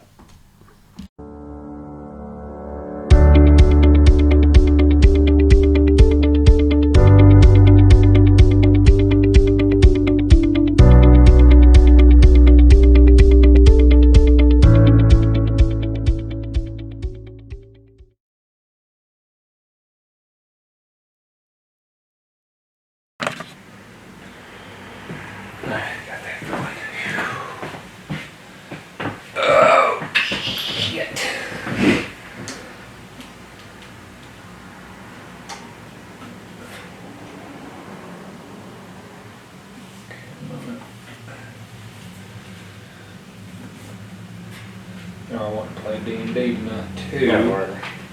Yeah. Have you got your story worked up? Campaign? I know you've been busy. I've got so far. I can imagine that's what we planned. Yeah.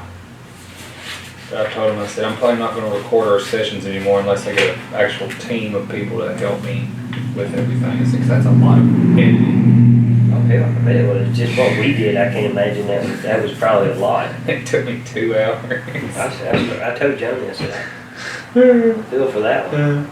I said, it's fun, but God bless. It's like writing, though. It's Yeah. fun, but, you know, there's a part of it you're like, Right. 1 and 4 is. Yep. There you go. Pastel Cartel is what this is called. Pastel. Pastel Cartel. There's one that we're looking for their cotton candy, Mm-hmm. and it had a funny name on it. Is it that merry-go-round or something like that? Oh, yeah. That's something odd.